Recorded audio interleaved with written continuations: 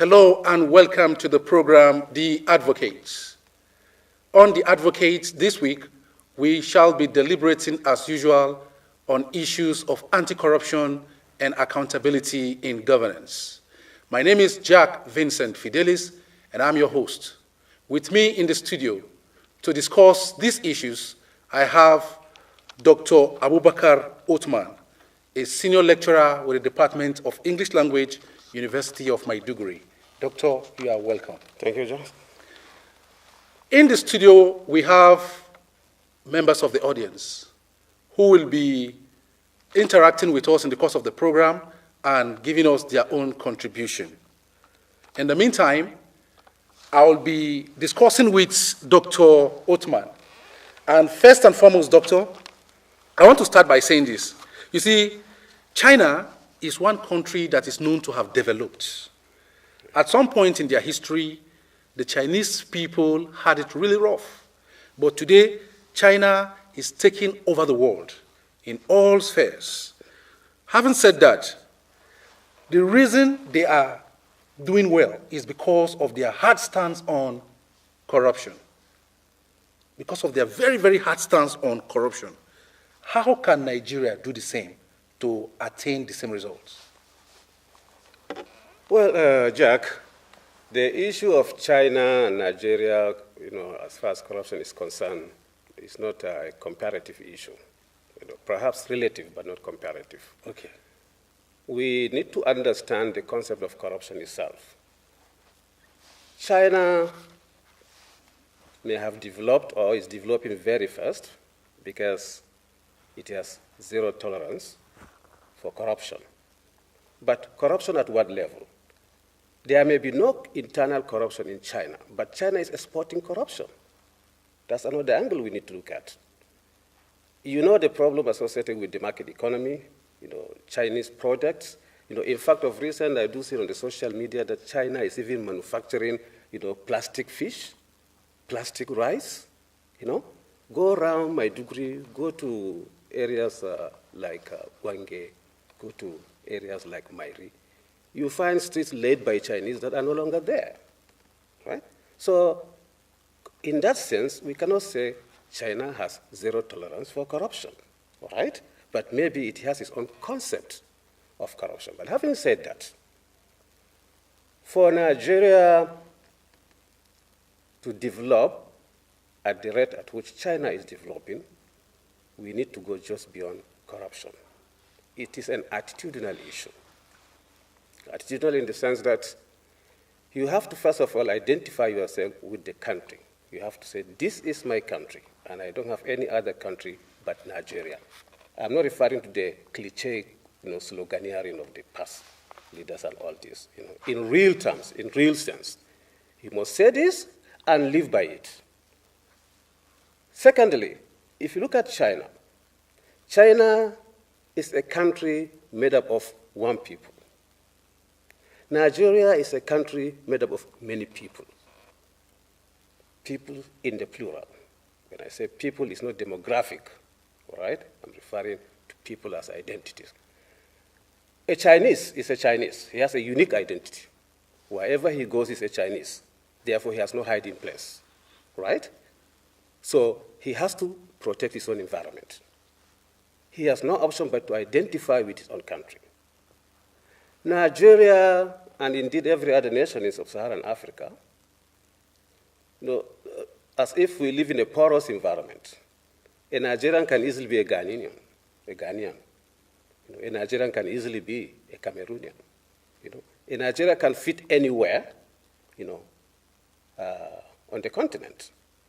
Perhaps because of this, they don't feel this nostalgic primordial attachment to their country, Nigeria, as their only country, simply because they can easily walk across. From Maiduguri here, how many hours do you need to get to Ghana by air? Maximum 2 hours. From here to Lagos is 1 hour. From Lagos to Ghana is 30 minutes, at most 40 minutes. You are in another country. Why not? Because of immigration, checking here and there, you will just walk in like any other Ghanaian. So we always feel that as if we have another country, and it is a wrong idea. It's a wrong mindset. So first of all, we need to identify ourselves with this fact, that as Nigerians, we don't have any other country but this Nigeria. All right. All right. I understand that very, very much. And then now, having said that, sir, let's now bring ourselves to the electorate. Let's bring the electorate into the discussion now. You know, this whole thing is about how governance can positively affect the population, the masses. These same masses, how can they bring about good leaders? How can the influence of the masses bring about good leaders in society? It's one issue that we really should look into. I would like to get your contribution on that note, sir. Well, if you are talking about leadership and how to get good leadership, I mean, how the masses can be Yes. responsible for the leaders that they have. yeah, well, let us be specific. When you say the masses, it's another way of running away from the specific people, all right? If the masses, you mean Electorate, the rule, the all right? people Yes, voting. Yeah, even among the masses, we have categories. We have those who can actually influence policies and decisions, and there are those who are handicapped and cannot do anything. What can you do with a rural man in the village? I make reference to these people who are the downtrodden. Yeah, that is it. In fact, the downtrodden are more or less in the villages, right? Who have no access to television, who may not be listening to what we are saying, you know, who are not, exposed to all the niceties we talk about. These people, as long as you leave them in peace, living their rural, rustic life, they are not even aware there is government. This group of masses cannot change government. So we need to identify specific segment of this group, we call masses, who really have a bargaining power and can influence decisions and change things. Who are these people who have that influence? So these people now will be looking at perhaps our enlightened youth, all right? We will be looking at, when I say the elite again, one has to be very careful, all right? I'm looking at an aspect of the elite, all right? The elite, the youth, the students, all right? Those, I don't want to use the term, you know, in the middle cadre, all right? But classes of the masses that are identified as the youth, as students, you know, as slightly enlightened, you know, who can now form pressure groups, you know, movement here and there. Yes, these people can bring about, you know, changes in government by identifying where the problem lies first of all. This one cannot be done by legislation, because the legislation is also part of the problem. It cannot be done, you know, by the judiciary. The judiciary is also part of the problem.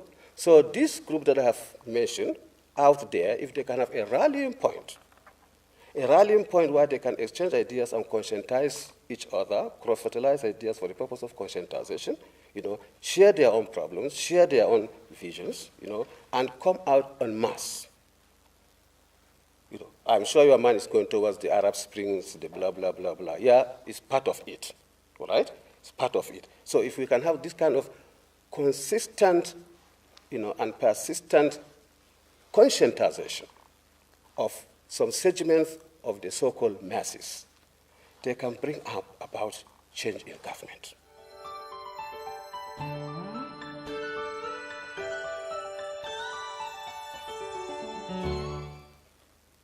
All right, very good. Viewer, in case you are just joining us, the program is The Advocates, a program sponsored by the MacArthur Foundation and CTAD. I have with me members of the audience. It's at this point that I want to go over to them to see if they have a contribution to make. My name is Musa Agwari. Sir, my question to you is that the young people being exploited during the electioneering process, and that's a negative narrative to the youth, how can they get involved in the fight against corruption? I don't know, are they exploited or they gave themselves up, you know, for exploitation? Right? It's all part of the conscientization, you know. What does a youth stand to gain by coming out or going out there in the street, just maybe for a bag of rice, or maybe for just 5,000, 10,000, or giving to in bulk? Oh, take this 100,000 naira. Please go and spread this. What do you stand to gain by this meager amount? But perhaps to him it's not meager. To you and I, it may be meager, but to him it is not meager. Why? Because he needs this money. Why? He needs the money because, one, the government cannot allow him to go to school unless he pays his school fees. Government cannot allow him to go to the hospital, and get treated and get drugs without paying for it. Virtually, you pay for everything in this country. To become a student, to graduate as a student, to get a job and all this. When you get into the office, what do you expect such a youth to do? He will be looking back, how did I get here? The road was not rosy. And you expect him to play, a rosy game for you? There's a problem here. So it's difficult to get our youth away from this bait unless we mount a vigorous, consistent campaign for the purpose of conscientization of the youth and change of the mindset. One. Secondly, the government is not sacrosanct, for goodness sake. Government is not sacrosanct. We can always force government to account for its deeds. Accordingly, we can also force government to do what it is supposed to do. Why, for goodness sake, why should a student take what is happening now? For a student to write even his JAM, even to write his name, he has to pay. For you to open to see what you have to pay. You have to do virtually everything even before you have started writing the exam. You will write the exam. For you to get your result, you have to pay for it. You pay the university, you pay JAM, you pay ICT, you pay everybody, even my God. At everywhere you have to pay to download your result. And when you get this result again, you have to pay to be at every point. Why? If we can tell it, look, as youths, we are entitled to all this. Technology is brought to us to make things easy, not difficult. Why is it easier for us in those days to simply write our WASC in the 70s, without paying for anything? And now we have to, because there's technology, they say you go and do it on the internet, and you have to pay for everything. Even the space you are going to sit, to log in, you have to pay. What is the problem? Well, sir, thank you very much. Thank you very much about that. I want to point out another issue. You see, in normative climes, in places where things work, okay, for very small things we may consider very small issues here, they demonstrate, they carry placards, they brandish placards here and there, demonstrating. That culture of having to demonstrate and fight against corruption doesn't seem to be entrenched in this part of the world. You see, in those climes that you refer to, no matter how bad their leaders are, they have conscience. You can cite examples where they went out in the street, demonstrated, and really government backed down. Yes. In this country. Why can't it happen here? It can't happen here because apart from the youth themselves, or generally let's say the oppressed, all right, lacking the willpower to resist or withstand pressure, the government is a fascist government. What government? The government of the country. Okay. I'm not being specific about any government. The system of governance here, or the law, all right? Once such things happen, they will bring the full force of the law, the full weight, of the military, the police, the air force, the ground force, the navy, and everything to crush just a handful. So conscience is lacking. You deal with people who have conscience, who have value for life, who will respect the sanctity of life, you can deal with such people.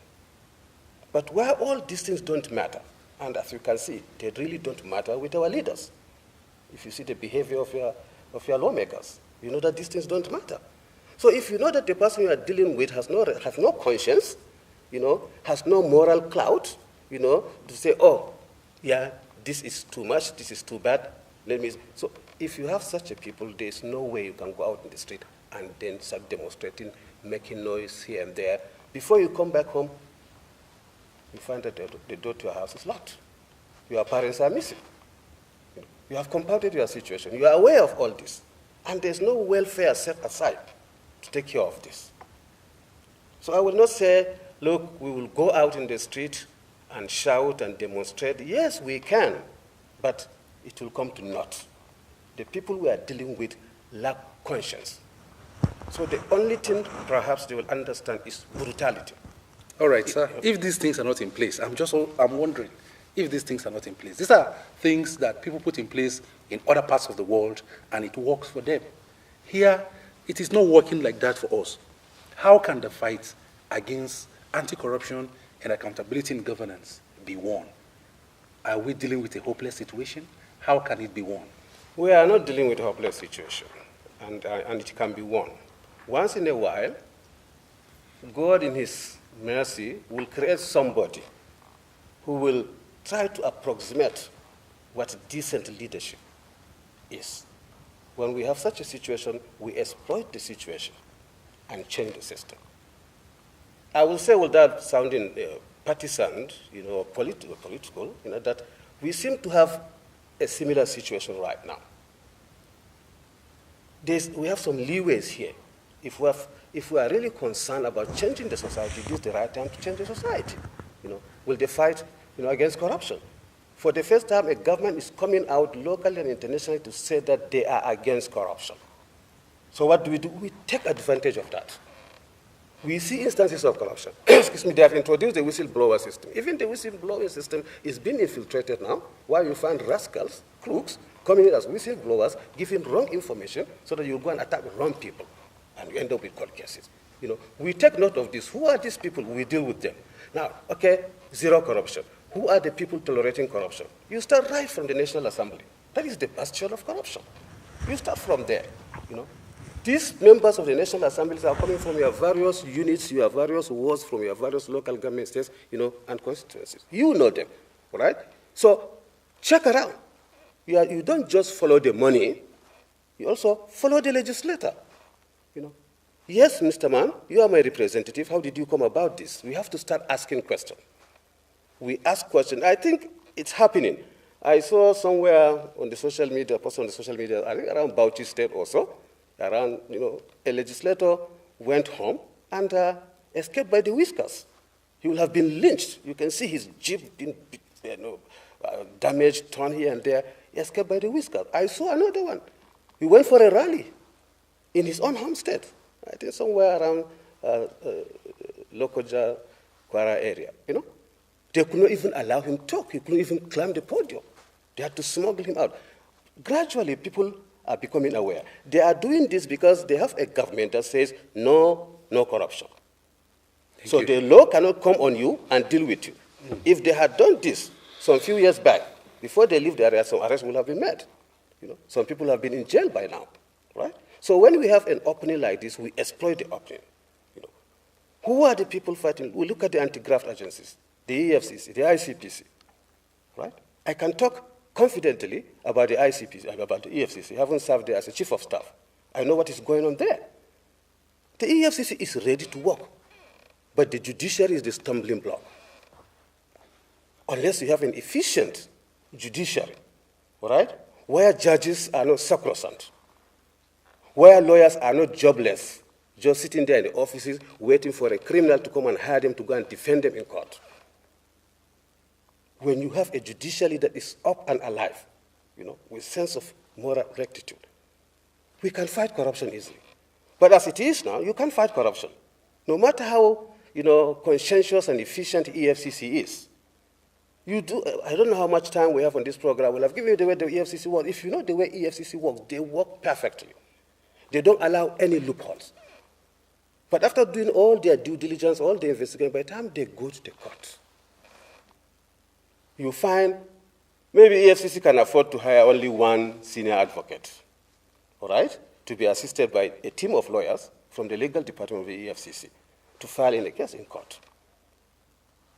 The person you are taken to court may not even appear there. He will send 10 senior advocates. In his defense? 10 senior advocates going to defend a criminal against the nation, against the state. That is the highest sense of moral irresponsibility of the judiciary. We've seen cases where the EFCC are defeated in these cases. In virtually in most cases. 70% of the cases always turn up not working. The issue is they are not defeated per se. They are frustrated and delayed. What happens is this. If I take you to court, if EFCC takes somebody to court, the first thing this group of so-called senior advocates will do is to start questioning the jurisdiction, right from the jurisdiction. You argued and argued over and over and over. By the time you defeat them on that, they will now appeal. And they will keep appealing to the appellate court. By the time you defeat them, when they come back to listen, to hear the substantive case, they will bring in another issue again. So by the time you go through all this process and you are back, 4, 5, 6 months, gone. 1 year is gone. So now the court is ready to hear your case. You are calling in witnesses. Oh, witness A, B, C is missing. Or this one is dead. One is bought off. All this on the part of the EFCC, they are facing this frustration. Meanwhile, because the law is, they say it's an AS, A-S-S, Abi. I look at it as an A-R-S-E. It's an AS. Anything can go into that useless hole. So there are places you can exploit. So they manipulate the law so that they frustrate whoever. So unless the judicial system is changed, and one way I will suggest that we should change the judicial system, especially in corruption cases, is to rely on the jury and not on the jurist. Cases should be determined by the jury and not by a cabal headed by a jurist. Because you can always negotiate with them, but you cannot negotiate with the jury. The jury is made up of eminent, highly responsible, knowledgeable Nigerians. Among them, of course, you find lawyers. But it is a group of distinguished Nigerians, not a clique or a cabal. If we can rely on the jury for determining court cases, one, it will help this way. Two, secondly, all right, maybe that will take us to China. China had a stiffer law, all right, on corruption. In fact, the ultimate penalty, which is death. If corrupt people should be subjected to death penalty, some may have a rethink. Although they will tell you, a Nigerian will say, oh, kill me and leave my money. All right? But it's because he has not seen the gun or the rope. Okay? If we can introduce death penalty for the corrupt people, they will say, oh, human rights is human rights. What the hell is human rights talking about when somebody is not behaving like a human being? A man who can steal billions, even trillions of naira, the amount of money that he will never finish in his life, his family will never finish. In fact, the whole of his generation will never finish that in their own life. One man will steal this money and sit on the money. You call that person a human being? Thank you. He's an animal. Thank you very much, Dr. Othman.